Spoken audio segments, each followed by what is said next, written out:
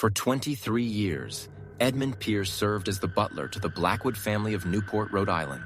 His dedication to the household was legendary among Newport's elite social circles.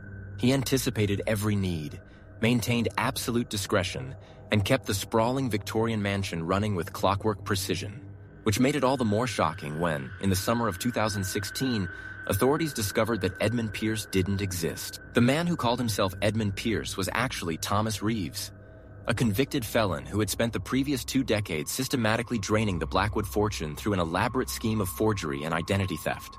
But the true brilliance of his crime wasn't just the money he stole. It was how he transformed the very nature of his position to make detection nearly impossible. The perfect butler is invisible, Reeves would later tell investigators. The wealthy don't really see their servants. We're like furniture present but unnoticed. That's what made everything possible. The scheme began in 1993 when the real Edmund Pierce applied for the butler position at the Blackwood estate.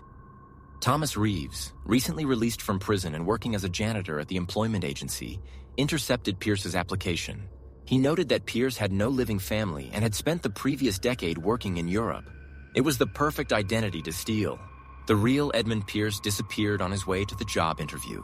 His body was never found, though cold case investigators would later focus their search on an abandoned well on the outskirts of Newport. Reeves, who had studied etiquette and household management during his time in prison, stepped into Pierce's identity with remarkable ease.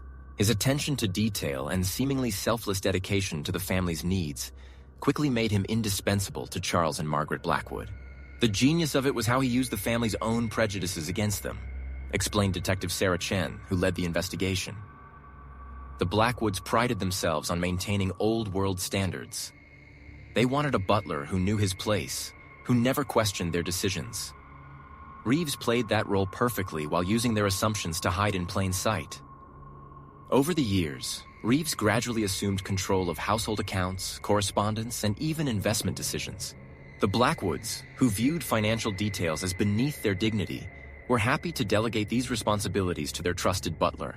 Reeves used this authority to create a complex web of false accounts and forged documents, siphoning off millions while maintaining the illusion of the family's wealth through careful manipulation of their accounts and lifestyle.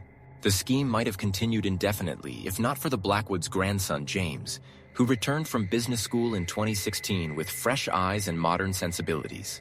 He noticed discrepancies in the family accounts and, more importantly, began treating Pierce as a person rather than a servant. That was his undoing, James Blackwood later testified. When I actually started talking to him, asking about his background, he couldn't maintain the facade. The gaps in his story became obvious. As investigators unraveled the deception, they discovered that Reeves had stolen approximately $14.3 million over 2 decades. The money had been carefully invested in overseas accounts and real estate held under multiple aliases. More disturbing were the signs that Pierce wasn't his first stolen identity. Police found evidence suggesting he had assumed at least 3 other identities before targeting the Blackwoods. The case rocked Newport society and forced many wealthy families to re-examine their relationships with their household staff. Several other instances of long-term fraud by trusted servants came to light in the following months. Though none approached the scale or sophistication of Reeves's scheme, the investigation also revealed a darker aspect to the case.